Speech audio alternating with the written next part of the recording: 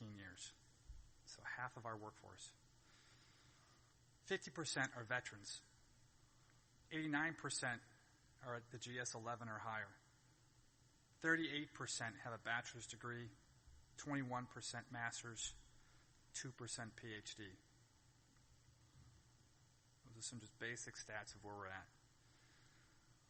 So the amount of disruption that we've had over COVID-19 pandemic has created globally is overwhelming, and many of us are still trying to cope with this new normal.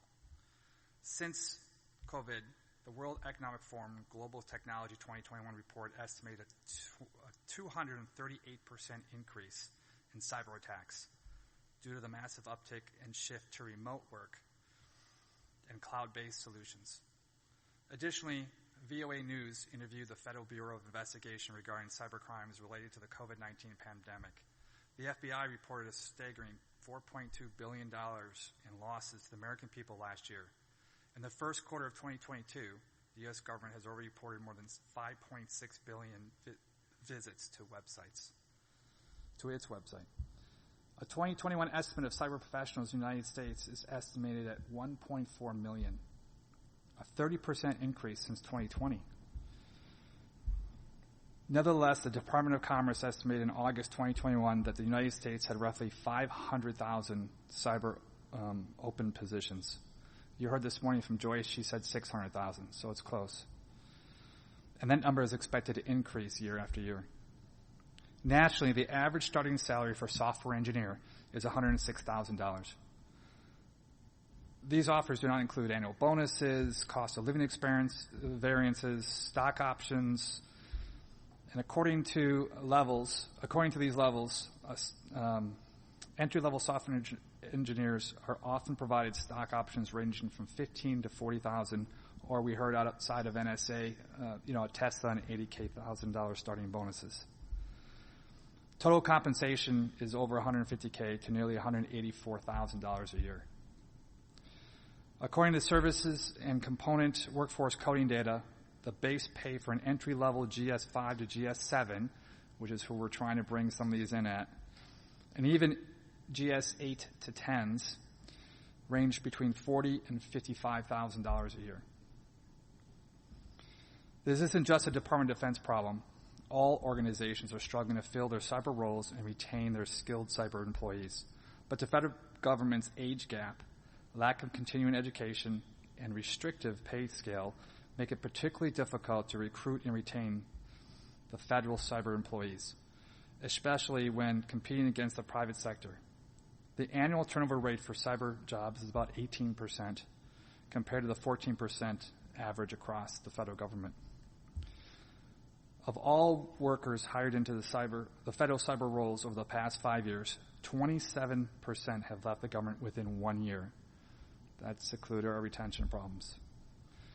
At the end of 2021, less than 6% of the DoD cyber workforce was under the age of 30, meaning that many of the freshly educated cyber workers are taking their newly minted skills elsewhere.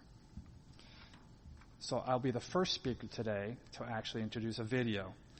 So at this time, I just want to play an overarching video of kind of what I just described, as well as where I think the threat is and what we're trying to do about it. So you can play the video.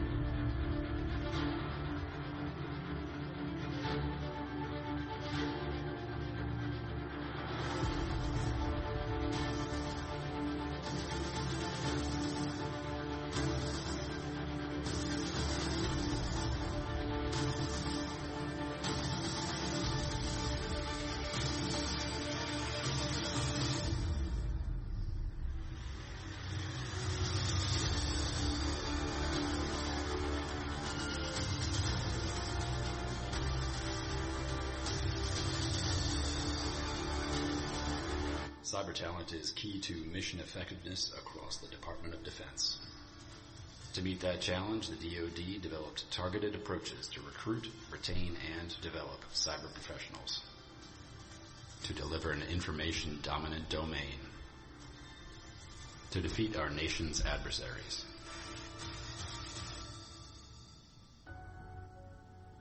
Cyber Workforce Management Directorate has developed a diverse portfolio of initiatives that supports the broader life cycle of cyber warriors for the department. These initiatives provide the DoD and DoD components with the tools and authorities to better recruit, develop, and retain cyber personnel in a competitive national environment.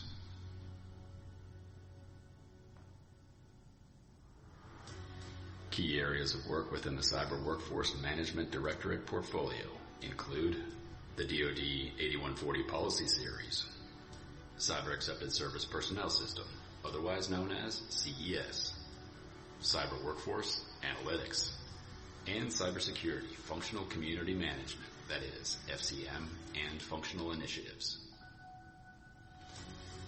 The DCWF establishes a consistent lexicon for cyber work and provides the foundation for cyber workforce activities.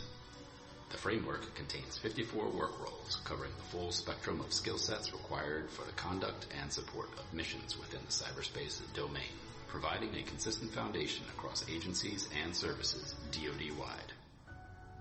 As a result, the DCWF enables the department to understand specific and varied cyber skill requirements and informs workforce priorities and initiatives.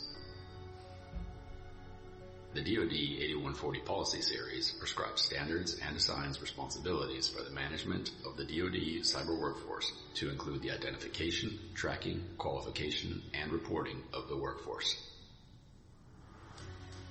8140 includes 3 distinct policies: a directive, an instruction, and a manual that work together to unify management of the DoD cyber workforce. DoD Directive 8140-01 establishes a definition for the cyber workforce, introduces the DCWF as the authoritative reference, and outlines component roles and responsibilities for the management of the DoD cyber workforce. DoD Instruction 8140-02 covers the identification, tracking, and reporting of the cyber workforce in accordance with the DCWF, enabling enterprise strategic workforce planning efforts. DoD Manual 8140-AC establishes the qualification criteria for each DCWF work role to ensure personnel filling the cyber positions meet mission requirements. To help advance individual career progression and workforce capabilities, this policy moves away from a compliance-based approach by providing the DoD flexibility across varied cyber mission sets. The qualification program will be broken into 3 areas: foundational qualification focused on demonstration of knowledge, residential qualification focused on demonstration of capability, and continuous professional development to ensure knowledge and capabilities are maintained over time as tools, technology, tactics, and techniques evolve.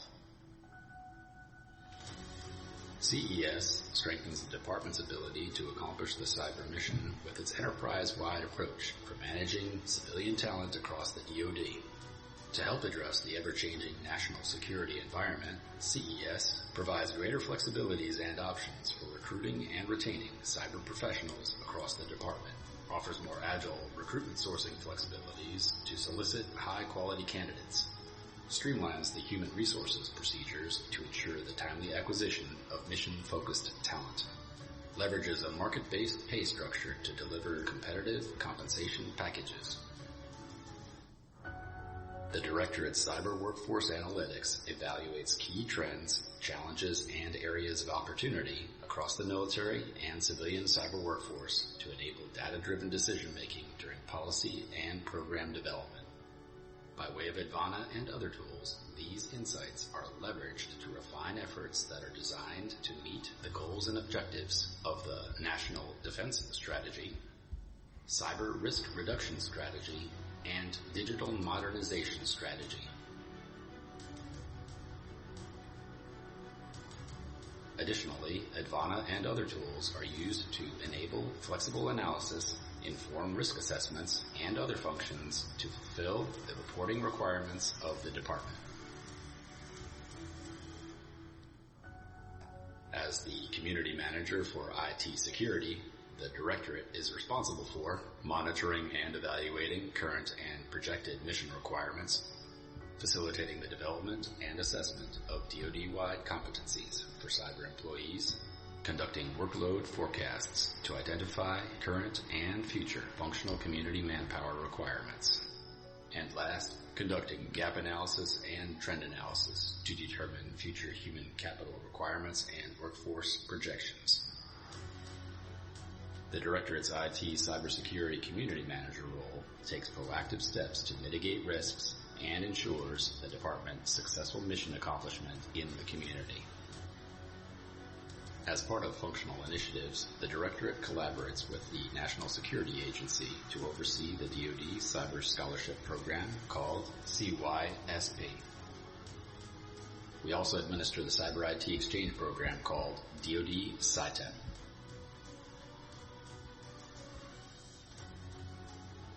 These initiatives and others allow us to recruit and retain top talent DoD-wide while fostering knowledge sharing within the cyber industry. In closing, the Directorate, in partnership with DoD Components and the DoD, is taking a multi-pronged approach to govern, recruit, develop, and retain a qualified cyber workforce with the following initiatives.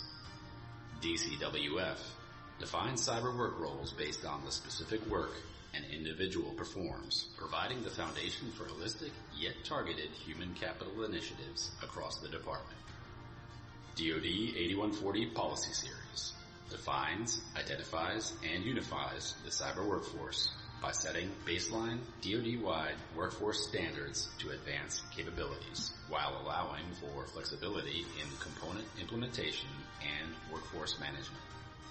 CES provides recruitment and retention incentives for the civilian cyber workforce in support of Cybercom's mission. Development initiatives provide DoD employees with programs such as DoD, CYSP, and CyTep to help advance and enhance in their current roles and beyond.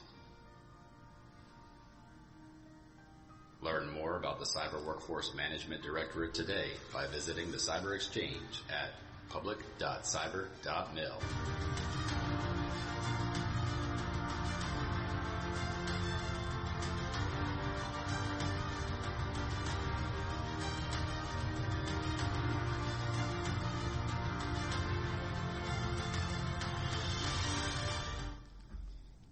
Okay, so they said it better than I can say it, but I'm going to cover some of those topics more in depth for you. So first of all, the department takes a total force perspective to provide qualified civilian, military, and contractor service personnel to meet the challenges of the domain. Adding more complexity, this workforce is comprised of a wide array of work roles that carry varied demand signals, motivations, development requirements, and career opportunities. To meet these challenges, the department has identified 4 strategic pillars that provide the basis for a mission-ready cyber force. These pillars are governance, the process of overseeing the direction and management of the cyber workforce; recruitment, identifying and attracting the talent needed to meet mission requirements and the process of evaluating the effectiveness of the recruiting efforts; development, understanding the individual and team performance requirements and providing the necessary opportunities and resources to satisfy those performance requirements; and retention, the incentive programs that department employees to retain talent and the process of evaluating the effectiveness of the incentive programs. Key functions of these pillars assist in overseeing national security and defense business systems and managing information resources. These functions include development and maintenance of the DoD Cyber Workforce Framework, DCWF, which was created to support initiatives that support the identification, development, and retention of the cyber workforce. The DCWF provides the foundation for cyber workforce management activities across the department. The DoD cyber workforce structure outlined in the DCWF is based on the specific work of an individual performs to cover the full spectrum of cyber skills required for the conduct and support of the mission. The DCWF uses a hierarchy structure to simplify the identification and tracking of the work roles that the Federal Cybersecurity Workforce Assessment Act, FCWAA, requires. The DCWF hierarchy structure helps to distinguish which work roles are most related by content. The hierarchy structure provides standardization for DoD and the rest of the federal government. The DCWF facilitates uniform identification, tracking, and reporting that the FCWAA requires. As a result, the DCWF enables the department to understand cyber skill requirements and conduct targeted analysis and reporting of the DoD cyber workforce to inform priorities and initiatives. Has anyone seen the Advana toolkit for this, to track the DCWF? If you haven't, I'd highly recommend just search for Advana. You have to have a CAC to get in right now, I believe. So that's one of the issues for our contractor support. But it has all of our DCWF metrics on there, from how many people we hired, how many people left, average age, demographics, etc. Now, again, I'll put a little caveat on that. The data that goes into that is fed from all the service systems, DC, PDS, etc. So it's only as good as what we upkeep. And right now, it's only the civilian side. So there's about 55,000 in there. We know the civilian workforce is about 65,000, so we know we're missing about 10K. But we can interpolate from these to find shortages and other things. The DCWF was designed with a periodic refresh rate. So we're going through this right now. We're adjusting some of the work roles. And this is going to be a routine thing. As technology changes, we have to adjust these. In addition, the DoD CIO coordinates with the Office of the Chief Digital and Artificial Intelligence Office, the CDAO. It's the newest PSA, and acquisition and sustainment to develop additional work roles for data science and analysis, artificial intelligence, software development work roles. So if you haven't heard from the Deputies Workforce Council, I'm not stuck on the name, but they're calling it the Innovation Workforce, which includes cyber, AI, software, and data. So they're expanding the DCWF to include data, software, and AI. What those work roles are. They're working through that right now. CIO, as the recognized functional manager for the majority of the workforce, the DoD CIO strives to develop and implement policies, programs, and initiatives that provide the DoD components the agility and authorities necessary to recruit, retain, and develop their cyber workforce in a highly competitive labor market. The department requires a pipeline of cyber talent developed from multiple feeder systems to close gaps in current capabilities and enhance future capabilities. So what are we doing here? Across the department, we must continue to leverage traditional methods while also developing innovative ways to recruit new talent. Your ideas and suggestions are always welcomed here, and if you have them or need authorities, please let us know. We can make that happen. Some ongoing solutions to these challenges include the Cyber Accepted Service Personnel System, which provides agile recruitment, sourcing flexibilities, streamlines HR procedures and timelines, and leverages a market-based pay structure to deliver competitive compensation packages, all to solicit high-quality candidates. We consistently strive to increase the effectiveness of this personnel system, and today I'd like to highlight 3 CES initiatives which will further enhance the effectiveness of the personnel system. First is the Targeted Local Market Supplement. Has anyone heard of that yet? Some of you are already using it. It's a monetary compensation tool to incentivize critical work roles that are faced with excessive vacancy and attrition rates. This feature allows for a predetermined percentage of pay to be added to an employee's base pay to reduce the pay gap between government and industry for these critical roles. Second is the Emerging Technologies Talent Marketplace, ETM, an artificial intelligence-enabled platform that serves as an open talent marketplace with a candidate-centric design focusing on the needs, objectives, and point of view of the diverse and sought-after cyber talent the department requires. ETM expedites position classification and leverages alternate talent resources outside of USA Jobs to streamline recruitment, hiring, and onboarding. Third is the CES Inclusion Process. The DoD CIO is working to expand CES eligibility beyond the initial scope of Cyber Command, the Military Service Component Cyber Commands, and a few additional agencies and OSD offices. We are leveraging the Cyber Operations Forces, COF, definition to demonstrate that support to the Cyber Command missions includes a far broader set of component organizations and have commenced conversations of additional DoD entities to expand access to CES benefits. Along with these recruitment efforts, we must also continuously develop talent. As we have always done for our military service members, we must provide training to develop the baseline skills necessary for those who demonstrate the aptitude and inclination to succeed across the different elements of the cyberspace domain. However, we can't stop with initial training, and we can't limit training opportunities to the military. We must continuously provide the total force with the tools and training necessary to continue to mature and sharpen their skills as technology and adversary tactics evolve.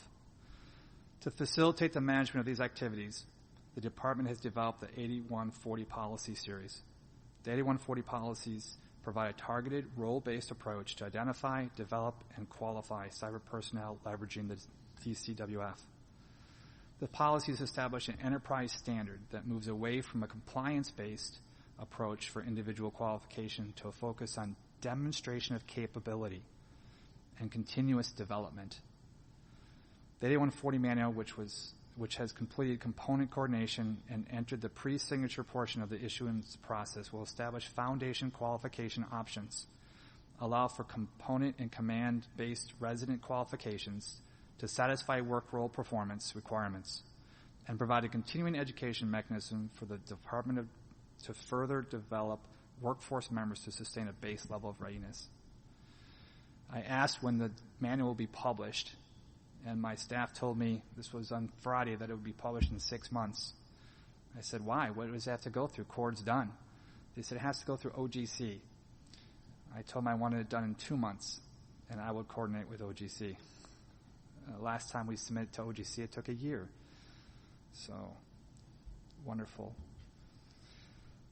The last talent pipeline initiative that I will discuss today is cross-training talent to develop a force consistent of personnel capability of operating across multiple mission sets, in addition to allowing for greater flexibility of force deployment.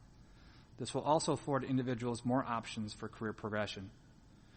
The DoD CIO is working with a number of partner organizations to develop tools to assess cyber aptitude and predict current employees and potential candidates' abilities or skills to perform different types of cyber work. This type of program will enhance our ability to rescale existing or new members of the workforce to close mission-critical skill gaps. One such partnership is an engagement with the Army Research Institute, ARI, to support validation efforts for the ARI-developed Common Cyber Capabilities, C3, test. This partnership is aimed at delivering a government-owned solution for use in identifying personnel with cyber aptitude across the military services. Another aspect of cross-training is the result of knowledge across organizational lines. To help recruitment this year, the DoD CIO is allocating over $20 million to the DoD Cyber Scholarship Program to facilitate recruitment and retention scholarships and to award grants to national centers of academic excellence in cybersecurity and cyber research. The DoD CIO oversees the Cyber Information Technology Exchange Program, CITEP, a public-private exchange program which includes two-way exchanges up to 12 months and includes industries like Cisco, Amazon, and Google. This month, we launched the Cyber Workforce Rotation Program, which allows cyber broadening opportunities through rotations up to 12 months across CES organizations. I'll wrap up by stating that it is our responsibility at OSD to establish foundational policies and tools for operational commands to build upon to meet their mission needs. But for us to do so successfully requires strong partnerships. Partnerships with industry, academia, and through individual programs like Cyber Scholarship Program and CITEP provide insights into emerging trends in technology, tactics, and techniques. Our internal partners are the most important. We require feedback and input from those of you performing these roles on a daily basis so we can understand what is working and what is not. Where are the pain points, where are the challenges, and what steps can be taken to enhance existing programs and policies. To close, I'll say we will help you put any programs, authorities, or policies through the Hill, through OSD, through the bureaucracy, but we can't force you to implement them. They're available for your use, and it's up to you to actually make them happen. That's my prepared remarks, so I'm open for your questions. Thank you so much. First question, is the DoD being impacted by the Great Resignation era? Yes, everyone is. You can see the turnover rates. If you actually, so I think, let me answer this more broadly. 2 years of COVID, remote work, telework. What is the future for DoD in this area? I actually don't see a time where we're going to have 100% of our people back at work. 2 jobs ago, as COVID started off, I fought hard in the Army to have military telework. It's perfectly acceptable in law and policy. And I was told by the military leaders that the military doesn't telework to war. My response is cyber, drone pilots, telework to war. So that's not a true statement anymore, but it's a cultural divide. I did get permission to have a pilot program. So whenever you can't succeed, you always try a pilot. And I got permission to have 10 military remote work. Saves on PCS costs. Now, these were all technical people. They're not trigger pullers. But I had 10 people work, and of those 10, so far the pilot has been successful. It's not 3 years yet. They all signed up to remote work with a 3-year commitment. Some of those people were about to retire, and I got them to stay in the service for 3 more years if they could go where they wanted to go. So it's not at a military base. So the great exodus, our rates are 4% higher than average. In the technical space, I think our competition is even greater than that because we're all after the same talent. So we're actually competing with ourselves. So I'd like to see more of a focus on less competing with ourselves and more of a joint approach to this problem. Has there been an effort made to educate the base level education service officers on cyber requirements? 8570 requirement certifications and work roles. The key is attracting all transitioning military, not just the individuals coming out of cyber intel domain. So I don't have an exact answer for that from my position. I can tell you I think the services are trying to get after this with exit interviews.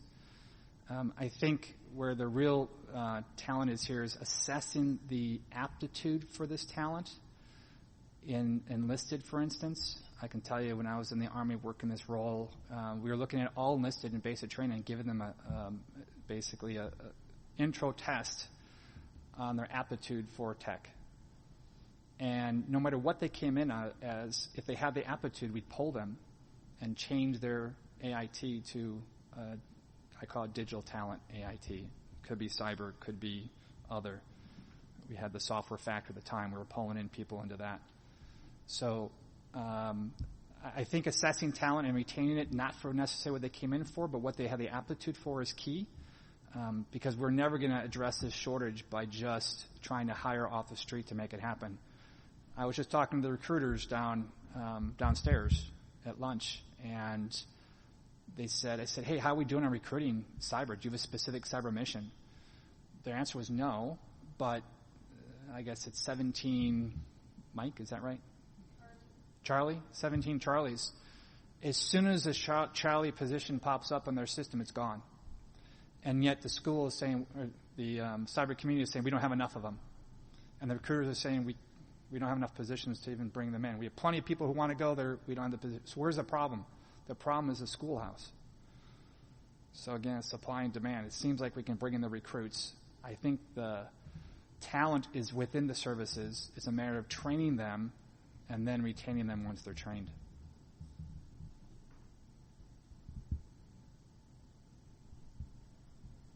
Would it make sense to have a program of cyber educational consultants spread throughout our DoD workforce to assist in educating and recruiting for our cyber workforce? That sounds like a services question. Train, maintain, equip, services issue. So this goes back to what Congress had asked us, right? Do we need a university? This is a subset of that, I would think. Do you need a cyber education university? I'm kind of against that. And I guess my rationale for that, I think there's enough training platforms out there. And I was just on the last speakers were talking, I searched for IT training. And right now, online, remotely, there's literally hundreds of different sites that will come up to be able to train. Some of them, I'm not going to go through the actual names because some of them might be in here. But the thing about online training today, or training support, is how do you keep it current?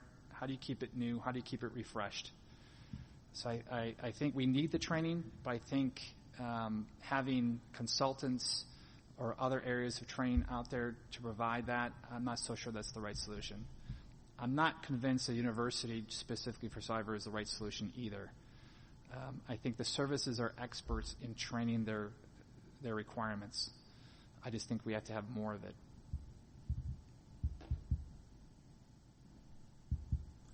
TLMS is a great tool to increase compensation for the more technical work roles that are hard to retain. However, there are only 6 work roles currently approved for TLMS. Will more critical work roles be approved for TLMS? How long will it take? Help me help you. We track this data in Advana, and we search for critically short work roles, and that's how we determine which ones are eligible for TLMS. So if a work role is not short, they don't get TLMS. If it is, and the data shows that, then we will authorize TLMS. What are the biggest challenges to launching CES? I think, anybody here from the Army? So the Army is the last service to come on to CES. I just talked to them 2 weeks ago and asked them, when you're going to have it? They said maybe by the end of the year. So they're working on it. The challenge isn't from an OSD perspective. I don't know what the challenge is for the Army of why they're not adopting as quickly as they are adopting, but not as quickly as we would like to see. From an OSD perspective, we try to give you the tool. It's up to you to use it. So obviously we're buyers into it. And actually, if you go to Advana right now, you can see the data. You can see the CES population and time to hire versus the average time to hire of the rest of the cyber workforce. And it's about 20% faster under CES. You can see the retention rates under CES are higher. The data is there. So I think it's a great program. I would like to see it expanded well beyond cyber into the digital workforce. Thank you for your remarks and video. You covered a great deal of ground today. What do you think are the top 2 reasons job seekers select the DoD for the cyber workforce, and what are the top 2 reasons that employees leave the cyber workforce? Okay, talking points on this. So I asked that question today from the cyber school downstairs. This exact question, actually. I asked for top 3 and bottom 3. What attracts people to the DoD? I think the number one thing that attracts people to the DoD is service. Service to something bigger than themselves, service to something bigger, their country. The second thing, I think, is mission. We push this a lot. I think the DoD, as large it is, 3 million plus. If you look at civilian military contractors, reserve guard, etc., the amount of influence you can have is great.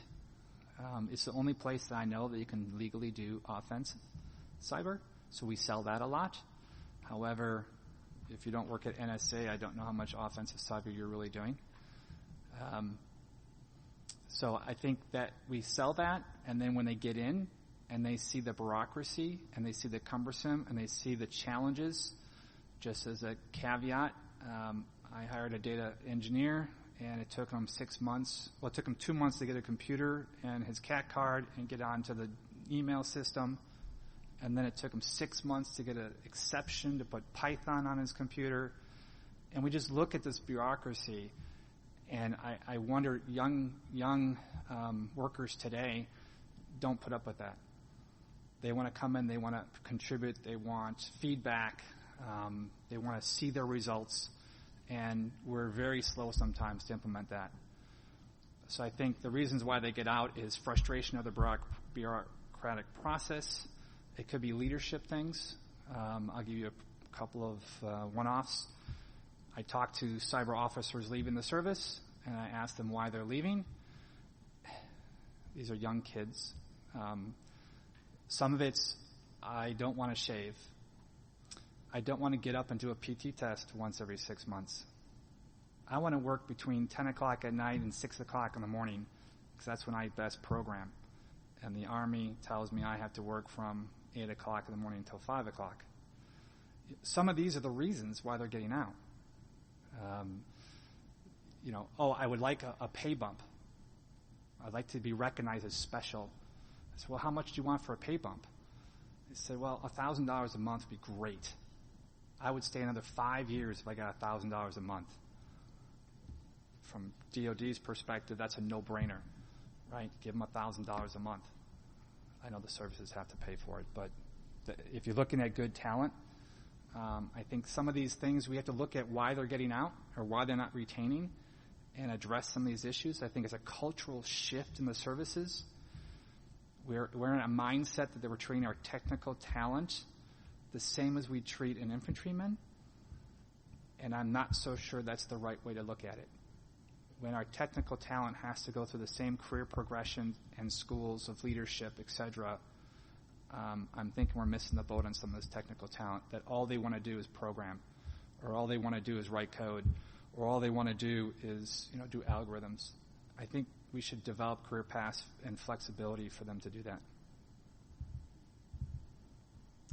Can you expand on qualifications and ongoing education on NE 140? What qualifies? Who verifies? If each component can modify, could we not have 1,000 different variables for similar roles? Okay, I'll take that one for the record. Not an expert in NE 140. I have some of the same concerns. I think my answer will be I've charged our team to continually reassess the work roles and to modify, and I think there's an ongoing working group right now with all the services to actually look at those. I know we're trying to put some in effect right now, some changes to the work roles in effect for the next cycle, which for us is PALM 24, to change those work roles.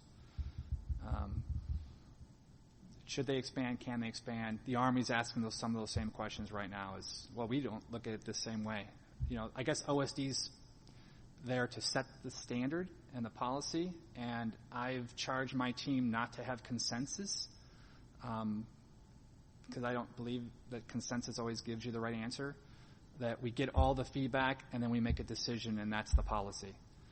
And then if my attitude is we make a wrong decision, we relook at it the following year and see what the effects of that decision were.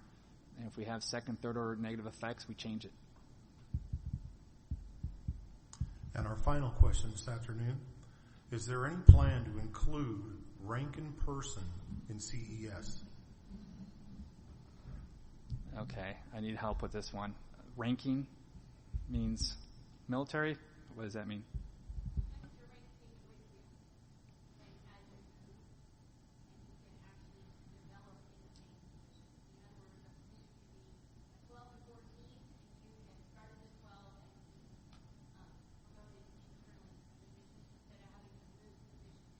Oh, okay. So I call those development positions.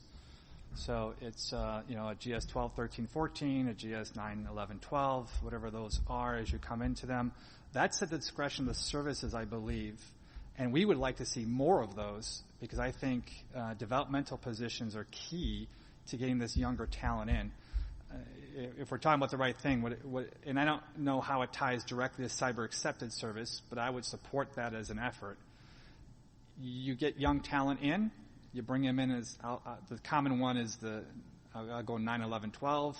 You get them in a school as a 9. After 1 year, if they're successful as judged by their supervisor and rater, they automatically become that next grade. If they're successful there, they become the next grade. So it kind of gives you a try before you buy kind of thing, and we bring in the younger talent and see if they can retrain, or we can train them and push them up in rank as they go through. And it's it gives them some kind of guarantees that they perform, rather than having to find a new job to go to that next grade. So does that answer your question, man? Oh, okay. Whoever that was, I hope it answered that one. So let me sum up with this, and I think this is where we're kind of headed. This is Mark Gorak's thoughts, not the PA Public Affairs approved talking points. But I think fundamentally what we're after here is we need an innovative change to the culture of the way we hire, and I would say through the spectrum, from hiring through retention through firing. I've always preached that we need a more flexible, agile, responsive personnel system, and this is across the board, from the civilian side through the military side. How do we have the department respond to us with that kind of system? And I think what we try to do is we try to tweak the edges. CES just tweaks the edges of the current personnel system, which is a good step. DCWF is a huge step because OPM had never done work rules before. So that's innovative right there. But I'm looking at what is the system after this? In the new paradigm here, post-COVID, I'll call it the new normal, even though I don't like that term, we need to really think outside the box of remote work. How do we get our workforce to actually produce? How do we hire the best talent? How do we know they're the best talent? How do we incentivize based on not rank, not position, not experience, but actually what you do, how you perform, and what's your potential to perform? So I think that's where the real solution to what we're after here at CERTS as far as the education and training program is, what does that look like? I can describe it for you. I think we can model it off of business. I'm a big believer in platforms like Indeed and Monster, and where the talent's already there. Our talent marketplace, for instance, all the talent's there. Now you pull from the talent instead of them applying. So we manage the talent instead of trying to ask, somebody to apply to a job through USA Jobs. So how does that's just one step, for instance. How do we do that? CES is getting us partly there. But, okay, I appreciate everybody's time. Thank you.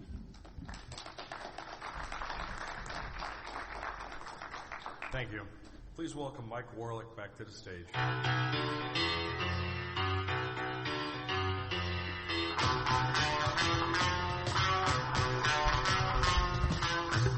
We need more music like that, don't we? Mark, thank you very much for being here today. When we built this program, we went after a number of people and organizations. We wanted to have the national perspective. We wanted to have the military perspective out of the joint forces. We wanted to have the DoD perspective. And we also wanted to have the U.S. Cybercom perspective. And we'll get the Cybercom perspective tomorrow.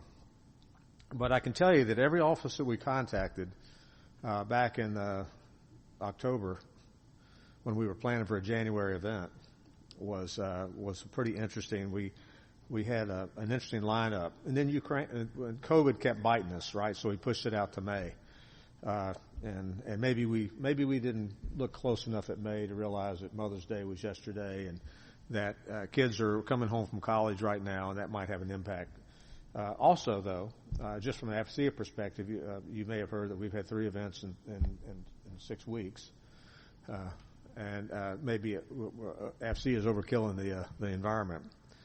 But in the case of the DoD CIO's office, we had positive response right from the get-go, and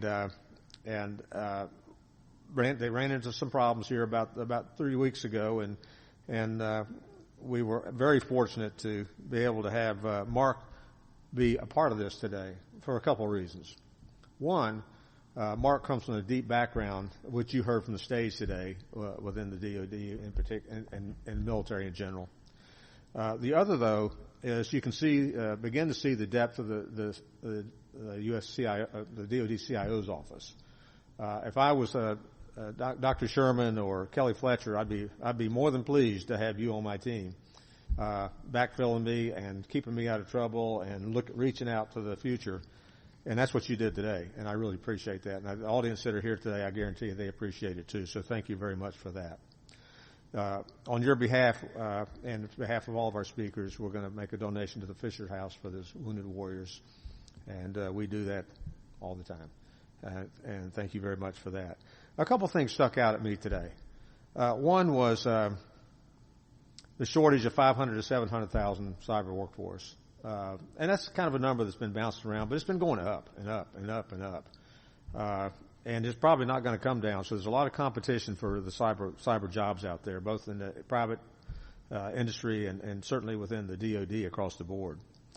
Almost everybody has to have a touch of cyber expertise today, even working from home. The 18% turnover, that's tough. That's tough. And I know that a lot of that is tied to what you talked about. I don't want to wear a uniform. I don't want to cut my hair. I don't want to PT twice a week or whatever it might be. But you know what? It's important. And a lot of the professionals out there in industry today, they cut their teeth in the military, and then they went out in industry. So what the military has to do is the military has to figure out a way to train and retain.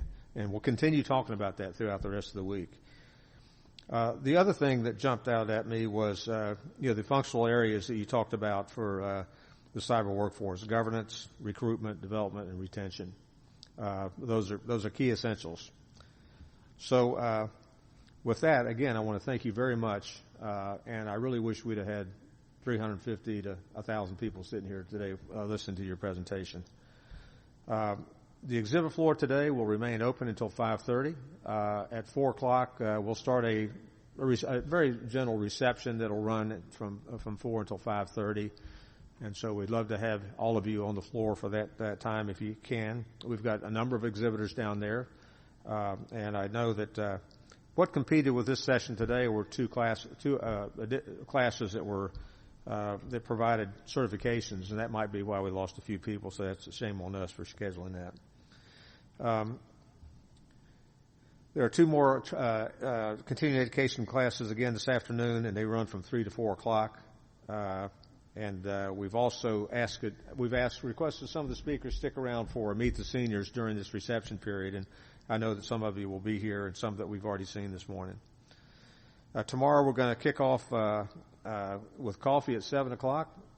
I mean, we like to get going early around here, and you need something to wake you up, so 7 o'clock coffee will help get you started. And our first session will kick off at 8 o'clock, and it will be Dave Frederick, the Executive Director from U.S. Cyber Command. So that's our U.S. Cyber Command connection for tomorrow. So with that, I want to thank you for being here. I want you to spread the word about how important this topic is, cyber in general. It's not going away, and we all need to be a part of it. Have a great afternoon, and thanks again.